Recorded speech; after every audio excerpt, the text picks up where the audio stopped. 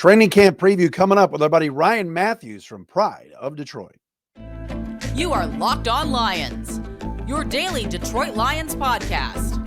Part of the Locked On Podcast Network, your team every day.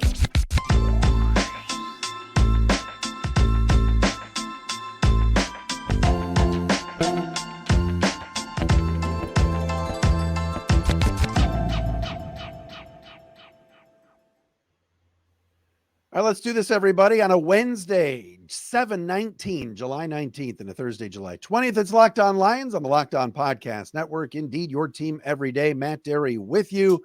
Training camp around the corner next week. Rookies coming in the next couple of days. Veterans reporting over the weekend. We got Ryan Matthews with us, senior editor from prideofdetroit.com. Going to talk a little Lions today. Get ready for training camp.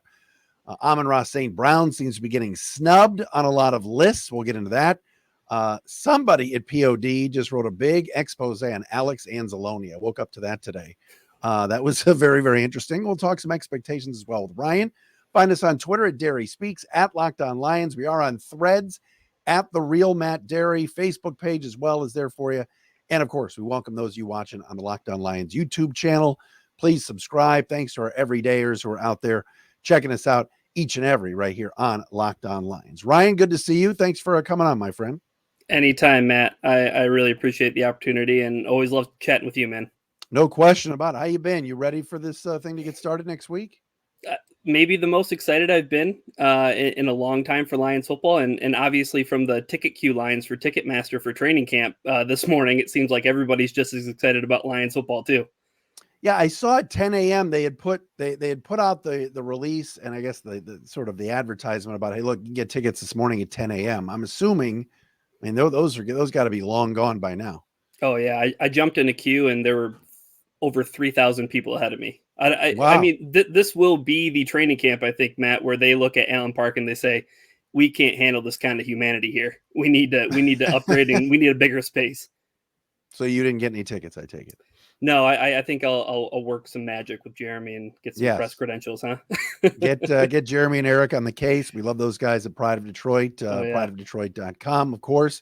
All right, so the excitement level is there, and obviously, like you said, I mean, the demand for the Lions is at an all-time high, and it's this really likable team. But let's talk a little. I guess we could talk about some expectations. But as you go into look into training camp next week, what intrigues you the most? I think it's the defensive backs group, Matt. You look at what Brad Holmes did in free agency. This was really the first time that he was as aggressive as he's been in now 3 off seasons in Detroit. And it was right off the bat with Cam Sutton, a big contract, the splashiest move that he's made in free agency so far. So you signed Cam Sutton, a patented Brad Holmes move, signing the 1-year deal for Emmanuel Mosley as a prove-it contract, see if you can bounce back from that ACL surgery and have the same type of success you had in San Francisco. And then CJ Gardner-Johnson, right? I mean, that seemed to be the needle mover for me this offseason, where it's like, oh, big-time players want to come play in Detroit.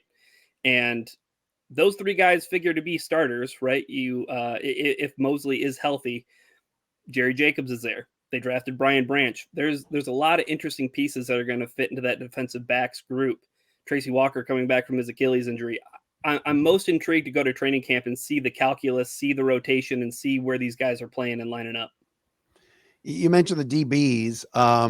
Wow, you look on paper, like you said, and Jerry Jacobs went from cornerback 1 at some points in the last couple of years, especially with the Okudah injuries, to now being that, like you said, 3rd or 4th guy. They still like Will Harris, who's there. But having to play Kansas City right in the first week, that's going to be a tough, I guess that's the ultimate test, right? It is. Yeah. I mean, the Band-Aid comes off quick. Yeah. Yeah. I think I think the way that you put it, Matt, there's a lot of changeover, and on paper they should be better, but sometimes different doesn't always mean better. So that's why I'm most intrigued about training camps, is to see how all these pieces fit. Walker's health. I mean, that's another thing you wonder about. And you mentioned it, but you put him with Kirby Joseph. I think that's an upgrade than anything that they were doing last year. For sure. Dynamite. And, somebody who I think was maybe overlooked, I think, in terms of his play last season was Deshaun Elliott. He was one of the best run defenders as far as safeties go but Detroit just lets him walk, right? He goes to Miami for a really low contract on a 1-year deal. It kind of goes to show, though, Matt, the way that the talent level, the floor at least, has been raised by Brad Holmes each offseason, developing players like Kirby Joseph and Tracy Walker comes back. There's a lot of interesting subplot to the defensive backs group this training camp. Yeah, and what I think also what will be interesting, I guess, during camp is Iffy Melifonwu going to be in the mix? Is he going to get opportunities? It just seemed like CJ Moore bypassed him. Others have in the past. Is he a corner? Is he a safety? That's a Brad Holmes draft pick that is kind of a big season for him, don't you think? Oh, for sure. I mean, he goes from being an outside cornerback to transitioning to safety and dealt with some injuries and whatnot. But I think that's a perfect segue to maybe talk about the defensive line too, which I think is another really, really interesting aspect to Brad Holmes' roster construction, right? Because I think everybody maybe had Kalijah Cansey circled as the next Aaron Donald, and he was on the board, and the Lions go Jack Campbell. Well, somebody who was drafted with Fatu Melifonwu was second-round pick Levi Onwuzurike, and he's been dealing with back issues ever since he came into the league. So you look at, Brad Holmes' first draft, second and third round picks. Are they going to be contributors, or are they players that are going to go by the wayside as they start to get this roster figured out to contend? Well, Ryan Matthews, second round picks. This is where they come to die. Unfortunately, I think we've kind of, I think we're away from that jinx. We're getting closer to getting away from that jinx. And like you said, Onwuzurike, I mean, my goodness, I don't think anybody's going to pencil him in to do anything. I think it would be a plus if he was even on the field this year, just based on what we've seen. And, Dan Campbell is a pretty straight shooter, has basically anytime he's been asked about him said, yeah, we'll see. It's not real optimistic. Yeah, which is just, and again, you didn't bring me on for my medical expertise, but with Halapuli Palivaitai and his back surgery, seems like they're a lot more optimistic about him being ready for football than Levi Onwuzurike. So, that defensive line group though, Aleem McNeil, I'm seeing a lot of really cool videos of him pushing sleds and stuff.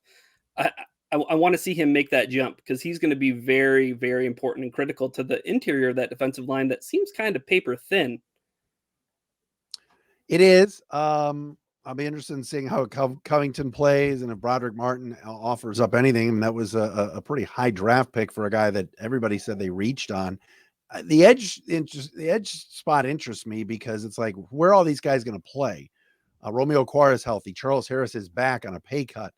Obviously, Hutch wants to be out there. That's a loaded group that we haven't said that in this town for edges in years. But according to the national media, it seems like they're missing something, right? I think ESPN had a article go up today where Louis Riddick was just another one of these ESPN guys that keep on asking, well, what did Detroit do to upgrade their edge talent? And I think you hit on it, Matt. Like, they got some guys healthy. Romeo's back healthy. Charles Harris is back healthy. They have John Kaminsky, Josh Pascal. He's back healthy. He might break that second round curse, right, Matt? Yeah. There's an awful lot of guys in the mix. James Houston, another guy, right? Edge defender. Let's see how much he's on the field. Is he just on there for passing downs again, or is he starting to take on a bigger role in this defense where he's on the field on first and second down? No, I agree with you. And I think if James Houston keeps doing what he's doing, he has to be on the field. So that means you're right. Kaminsky, Pascal, where are these guys going to go?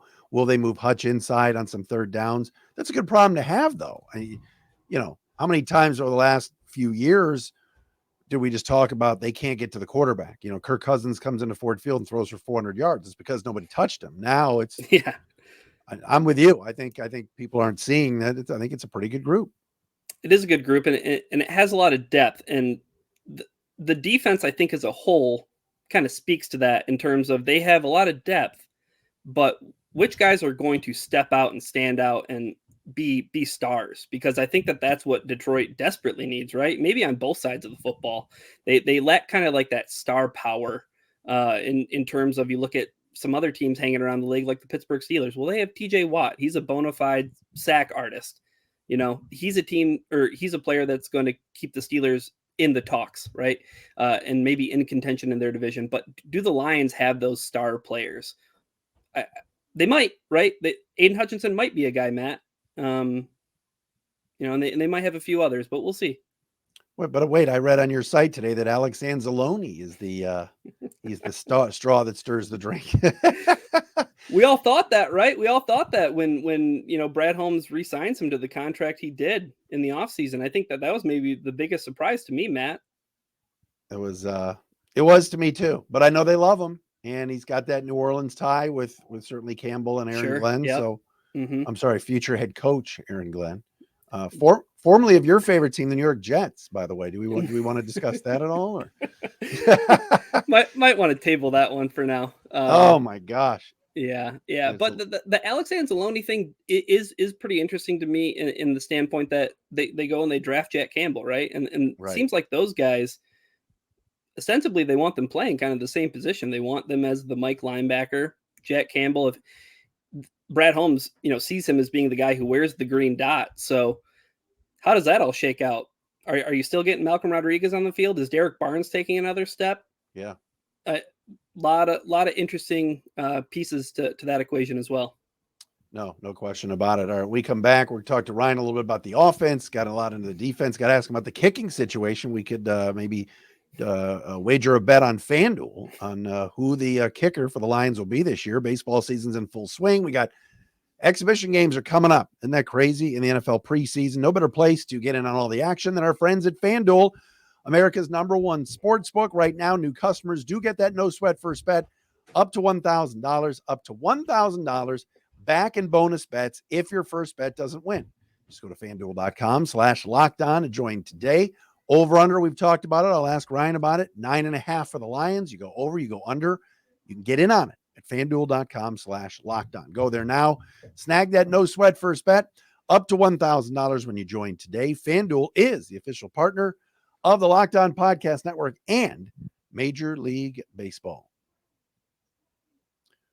Ryan Matthews with us, senior editor, prideofdetroit.com, best Lions site that there is when it comes to information and getting everything you need to know and getting ready for training camp with the rookies coming in, veterans this weekend and everything else. We talked a lot about the offense or the defense, Ryan, before. By the way, over under, I said it in the read, 9.5. You going over or under that win total? I want the alternate win total, Matt, at 11.5, and I want the over. Oh gosh, we're really geeking out now. Look out. Scared money don't make money. Oh man, how about that? Well, you look at the schedule and at times you go, man, it's cake. And then other times maybe you go, Raiders could come in here and win. Like if Jimmy G's an upgrade. I don't know how someday I seem to differ on it. There's some people that think the Chicago Bears are going to make this giant leap. There's others like me that don't. So how do you kind of look at the schedule? It all starts with the division, right? Those 6 games are so important, and that can maybe dictate what your overall, record's going to be. But I just think in the division, 5-1 should be what you're shooting for. The Vikings were a 13-win football team, but they had a negative point differential. Yeah. That can't sustain itself, and they got worse on defense, and they lost Dalvin Cook. Green Bay, who's Jordan Love? Chicago, it's all Justin Fields. And I know that's a lot of quarterback talk, but that's the reality in the NFL. So, 5-1, you got to shoot for that. And then you look at, they get paired up with the NFC South. That might be one of the worst divisions in football. That's how I kind of talk myself into over 11.5 wins. Yeah, no, I hear you. I think that's a little bit of a stretch, but like you said, 5-1 in the division should be doable. And that's what they did last year. And we think they're better this year. So, yeah. Tell me about the offense. What excites you for camp? What are you going to look at? Jahmyr Gibbs, period. End of sentence. Jahmyr Gibbs just seems like he's going to be an absolute dynamo in this offense. I think the biggest acquisition, and it wasn't so much going out and getting somebody, but bringing Ben Johnson back. I think everybody can agree that was the most important thing that the Lions could do this offseason. And it's so well documented, the relationship that him and quarterback Jared Goff have with one another. It was critical for them to keep him here. And there's a lot of talk about the wide receiver depth for the Lions and whether that's enough while Jameson Williams deals with his 6-game suspension. I have full faith in Ben Johnson being able to, just mad scientist himself into making this offense work while they're waiting on a big time playmaker like J-Mo coming back. And, the wide receiver depth is something, but again, Jahmyr Gibbs factors into that, right, Matt? I Yeah. mean, Yeah, he they does. drafted him at 12, not just to be a running back, because they signed David Montgomery, and I think they're going to expect him to handle his fair share of the workload. But Jahmyr Gibbs is more than just a running back. He's a guy who can run routes. He had 44 receptions last year at Alabama. He led Alabama in receiving. You know, I think this guy is a really special player in the way that you hear people talk about him. He has it, right? And if he can be an explosive player, if he can have an Alvin Kamara type rookie season or a Christian McCaffrey type rookie season where he has over 80 catches, they're not going to worry about him being drafted as a running back. Yeah. No, I mentioned that last week. Like, I think we all talk about, well, who's wide receiver 2, and after Amon-Ra, maybe it's Gibbs, and maybe Yeah. you're right.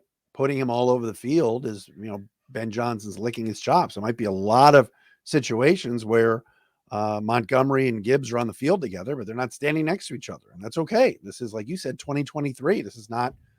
I know the Lions drafted old school with running back and middle linebacker the first 2 picks, but I'm excited to see what he does. I'm with you on that. Yeah, you've heard Brad Holmes talk a lot about, especially that interview he did with Peter Schrager from NFL Network. Positionless guys. Gibbs he's not just a running back. He can run routes like a wide receiver. They didn't draft Jack Campbell just to be an inside linebacker. They view him as being an anchor to their defense. So, I think you might be onto something there, especially those first 6 weeks. I think Jahmyr Gibbs can kind of steady the ship as far as handling a receiver's workload. But beyond that, Matt, they have Marvin Jones back.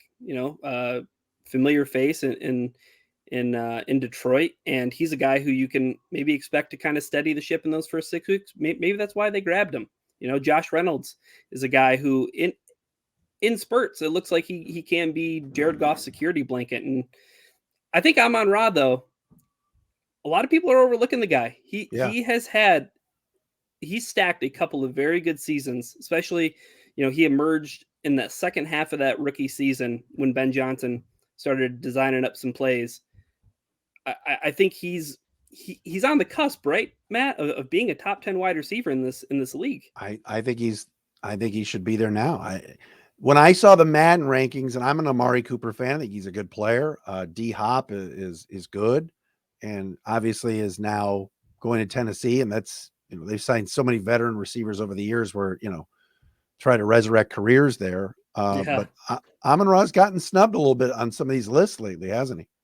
I think so. The 2 names you just mentioned, guys are a little bit longer in the tooth, right? Amari Cooper's been around for a while, and D Hop has been around for a while, and maybe they're just getting that rub because of being legacy players. But Amon-Ra St. Brown, man, is there another player on this offense that you would want, Ben Johnson to drop a play for when the Lions need a catch or when the Lions need a play?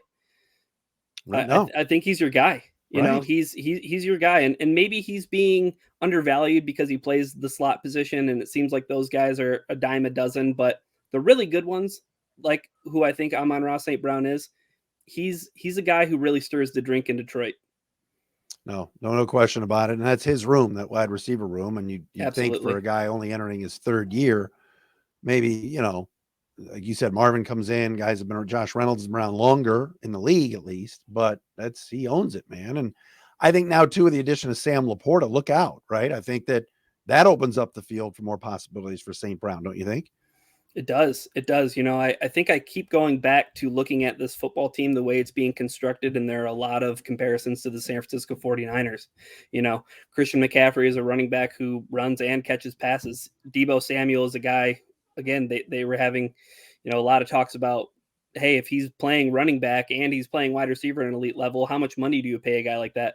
We've seen Ben Johnson use Amon-Ra St. Brown in the backfield and do some running plays and things like that. And then you look at Sam Laporta. Is he the George Kittle? Is he a guy that can block and catch and really change things for them? Laporta is an interesting draft pick to me. He was maybe the draft pick that I was maybe the most lukewarm on after the Lions made that pick. But seeing him in OTAs and in rookie minicamp, he's a guy who really flashed. And I kind of saw it. Once I saw it on the field, I was like, okay, I get it now. I get it now that he's here. No question about it. I want to get into the kicking situation with Brian. We'll talk a little bit about the division as well and wrap things up coming up next. I want to tell you, though, about our friends At Marg's Sparkling Margaritas, you guys know I've been talking about Marg's for the last few months. Summer go-to drink, the replacement for the typical White Claws and High Noons. We have found it with our friends at Marg's. Refreshing, ready-to-drink sparkling margaritas have officially become my go-to cocktail. Try the coconut if you haven't yet, folks. They've got 5 unique flavors. I think the coconut is very good. Crafted with real Blanco tequila, Margs are clean, crisp, genuinely taste very, very good. There's something for everybody with those 5 unique flavors. Like I said, coconut, the regular, all of that. No, I'm not going to sing the margarita song that's all over TikTok. I love most when kicking back after work. I can get myself into trouble for doing that. Or just hanging with friends. Here's what you do. Go to SIP, S-I-P, Margs, M-A-R-G-S, sipmargs.com to find that real retailer near you. I go to the one at Nino's right off of Hall Road. And, you can grab your Margs there. Must be 21 and over to enjoy.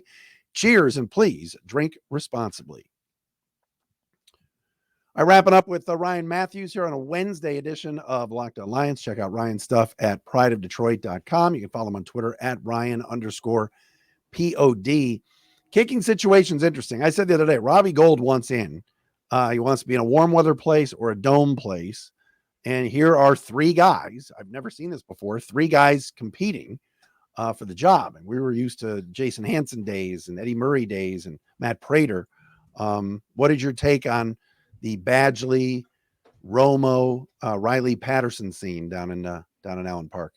May the best leg win, Matt. It seems like Romo has the leg in terms of the distance that you want out of a kicker, but they traded for Riley Patterson for a reason, and they brought back Badgley.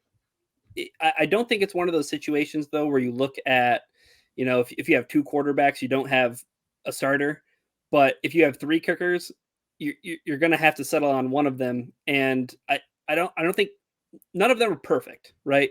But I think right now I have to give the edge to Romo. I Really? want to go with the guy who has the leg. XFL, huh? Yeah. I mean, try it out. See if it fits right. See if it fits right. What's interesting is the way Brad Holmes has done the kicking situation now for 3 years. It's bizarro. So I don't know what to expect. You're right. If Romo wins a job and he's just gags because it's the NFL and it's Thursday night football opener at Arrowhead, then I guess his Badgley, they're going to get signed by somebody else. Could they bring him back? It's almost, it's almost like that's what the Lions have done over the first 3 years. Yeah. I mean, until you find one, you don't have one, right? And there was that little period where the Lions, kick-alicious. Yes. Before the Lions get Prater, there's kind of this dead period where Lions fans, again, were in that unfamiliar territory of, well, you could always try out Jason Hansen and he can knock down a 48-yard field goal, no problem.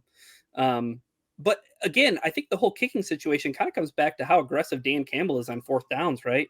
And maybe there's this give and take with, if you have a guy like Romo who can kick a field goal from 53 yards and you feel pretty comfortable with it, does that all of a sudden change your level of aggressiveness on 4th down? If it's 4th and 3 and you're on the other side of the field, do you trot Romo out, or are you going to stay aggressive and keep going for it on 4th down like you've won over a lot of fans doing, right, Matt? Yeah, they did. Well, you got to be smart about it. And obviously in Minnesota last year, they had an injured kicker. He wasn't the right kicker anyway. And cost him that game. What are the expectations in your mind, Ryan? What is a successful season for the 2023 Honolulu Blue and Silver Warriors this year? It's got to be a division, Matt. It'll be the first division win since I was born. I'm 32 years old, and I can't even remember my the Lions winning a division, and it wasn't even the NFC North back then. So it would be nice for the Lions to win an NFC North title for once in my lifetime. But I think those are the expectations. It's a division win. You get to the playoffs. I mean, anything can happen. It's a single game. Who knows the health of a team. You look at a team like the Lions back in 2016, right? They kind of had this magical season where, they're winning a lot of games by the hair on their nose, right? And Matthew Stafford gets hurt. And they go to Seattle and they just get pummeled. Who knows what happens when the Lions get to the playoffs, but they absolutely need to get there. And I think that the expectations of them winning a division are sound. And I think every fan should kind of hold them accountable to that standard as they go through the season.